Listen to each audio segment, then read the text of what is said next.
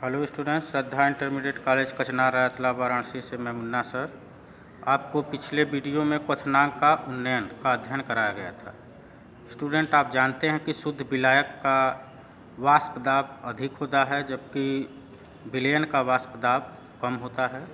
इसके विपरीत विलयन का क्वथनांक अधिक होता है जबकि शुद्ध विलायक का क्वथनांक कम होता है। स्टूडेंट फिर से ध्यान दें, बॉइलिंग पॉइंट जो होता है वो विलयन का अधिक होता है जबकि शुद्ध विलायक का बॉइलिंग पॉइंट कम होता है। तो विलयन के बॉइलिंग पॉइंट तथा शुद्ध विलायक के बॉइलिंग पॉइंट के अंतर को क्वथनांक का उन्नयन कहते हैं। तो स्टूडेंट, आपको पिछले वीडियो में बताया गया था। इस वीडियो में आपको क्वथनांक का उन्नयन तथा मोललता के बीच संबंध, मोललता आप जानते हैं स्टूडेंट, बहुत पहले वीडियो में आपको बताया गया था। 1 किलोग्राम विलायक में विलेय के मोलों की संख्या को आप मोललता कहते हैं। तो यहाँ पर क्वथनांक के उन्नयन और मोललता के बीच संबंध दिया जा रहा है। तो आप देख रहे हैं कि क्वथनांक का जो उन्नयन है वो डायरेक्टली प्रोपोर्शनल है मोललता के। स्मॉल एम से इसे प्रदर्शित कर रहे हैं मोललता को। यहाँ आप देख रहे हैं डायरेक्टली प्रोपोर्शनल हटा रहे हैं तो केबी, और केबी क्या है आपका? मोलल उन्नयन स्थिरांक। स्टूडेंट ध्यान दें, केबी मोलल उन्नयन स्थिरांक है। अब स्टूडेंट ध्यान दें, 1 नंबर की परिभाषा में आपको मोलल उन्नयन स्थिरांक या मोलल एलिवेशन कांस्टेंट बहुत ही इम्पॉर्टेंट है। तो आप देखिए इसको, 1 किलोग्राम विलायक में किसी अवाष्पशील विद्युत अनपघट पदार्थ का 1 मोल घोलने पर क्वथनांक का उन्नयन विलायक का मोलल उन्नयन स्थिरांक कहलाता है। स्टूडेंट ध्यान दें, 1 किलोग्राम विलायक आप ले लीजिए और उसमें आपको ऐसा पदार्थ घोलना है जो अवाष्पशील हो और विद्युत अनपघट हो, अर्थात वो अपने आयनों में न टूटे। ऐसे पदार्थ जो अपने आयनों में नहीं टूटते हैं विद्युत अनपघट पदार्थ कहलाते हैं। और अवाष्पशील आप जान ही रहे हैं, जो वाष्पशील न हो अर्थात वाष्प में परिवर्तित न हो, अपने आप ही लिक्विड से वाष्प में परिवर्तित न हो, ऐसे पदार्थों को जब आप घोलते हैं 1 किलोग्राम विलायक में, तो जो विलायक के क्वथनांक का उन्नयन है उसी को आप कहते हैं मोलल उन्नयन स्थिरांक। इसको किससे प्रदर्शित करते हैं? केबी से। स्टूडेंट ध्यान दें, मोलल उन्नयन स्थिरांक इसे किससे प्रदर्शित किया जाता है? केबी से। तो स्टूडेंट, ये 1 नंबर का आपका बहुत ही इम्पॉर्टेंट है, परिभाषा लिखने के लिए आपको हमेशा आता है। अगला स्टूडेंट आप देखिए, विलायक के मोलल उन्नयन स्थिरांक या विलयन के क्वथनांक के उन्नयन और विलेय के अणुभार में संबंध। स्टूडेंट ध्यान दें, यहाँ से आपको क्वेश्चन मिलते हैं। तो क्वेश्चन आपको एक तो विलेय का अणुभार निकालने के लिए आएगा, या एक क्वेश्चन आता है मोलल उन्नयन स्थिरांक। 2 क्वेश्चन आपको मिलेंगे स्टूडेंट। रिलेशन देखिए, इसमें 3 चीज़ हैं, एक अणुभार है, एक मोलल उन्नयन स्थिरांक अभी आपको बताया गया जिसे केबी से प्रदर्शित करते हैं, और ये डेल्टा टी बी जो आपका है वो क्वथनांक का उन्नयन है।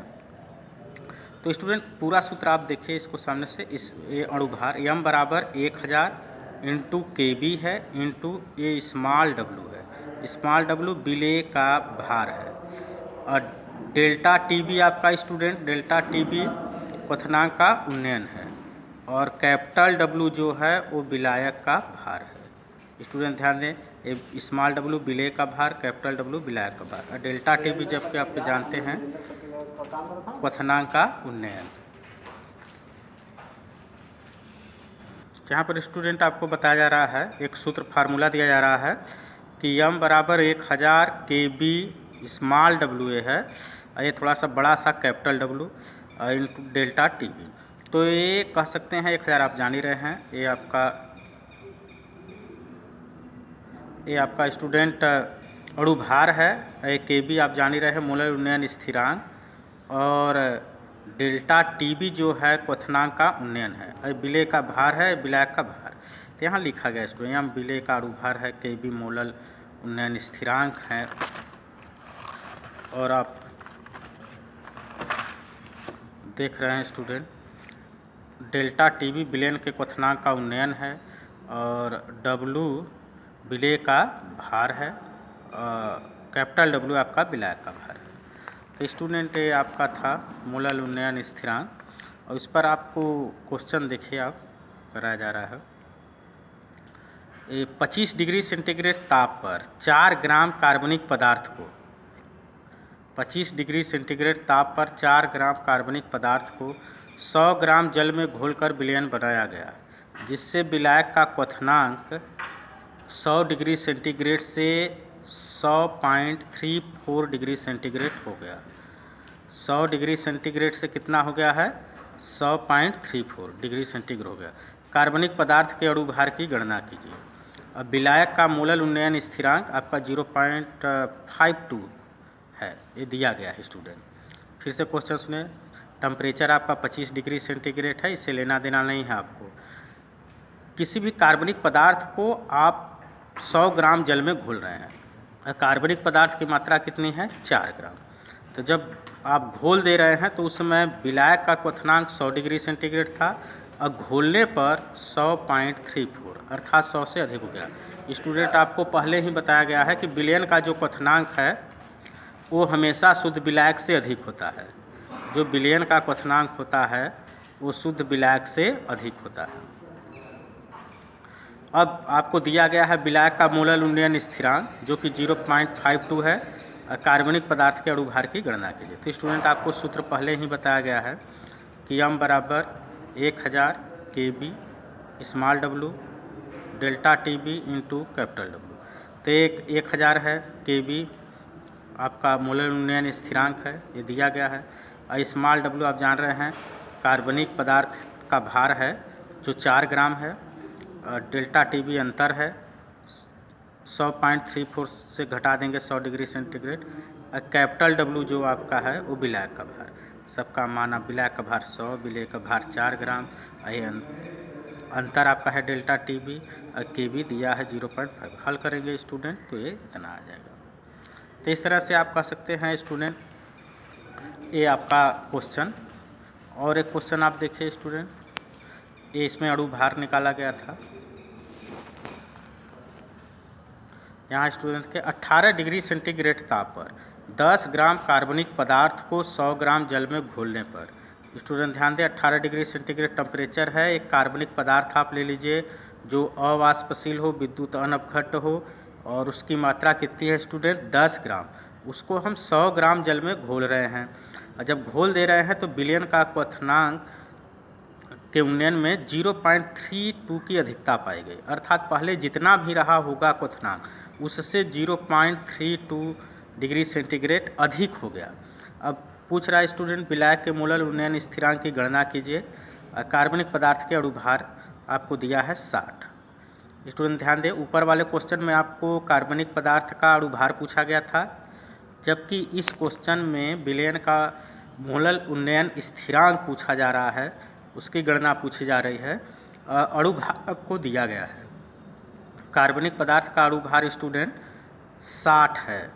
तो यहाँ आप सूत्र जानते हैं स्टूडेंट, m बराबर 1000 into KB into small w बटे delta TB into capital W। सबका मतलब आप जानते हैं। यहाँ स्टूडेंट m जो है अणु भार है, 1000 आपको मानक में लिया गया है। KB मोलल उन्नयन स्थिरांक है, स्मॉल w विलय का भार 10 ग्राम, विलायक का भार यहाँ कैपिटल W है जो उसकी 100 ग्राम है, और डेल्टा TB आपका मोलल कह सकते हैं क्वथनांक का उन्नयन है। डेल्टा TB जितना अधिक हो रहा है उतना ही उस अंतर पाया जाएगा।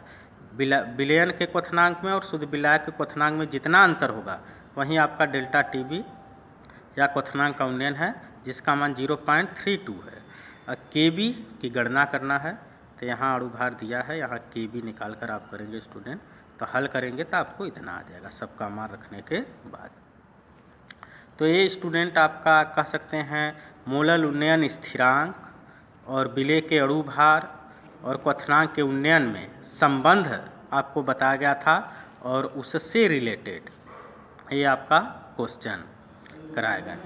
तो इतना आपका स्टूडेंट पीछे आप देख सकते हैं, यहाँ आपको बताया गया अभी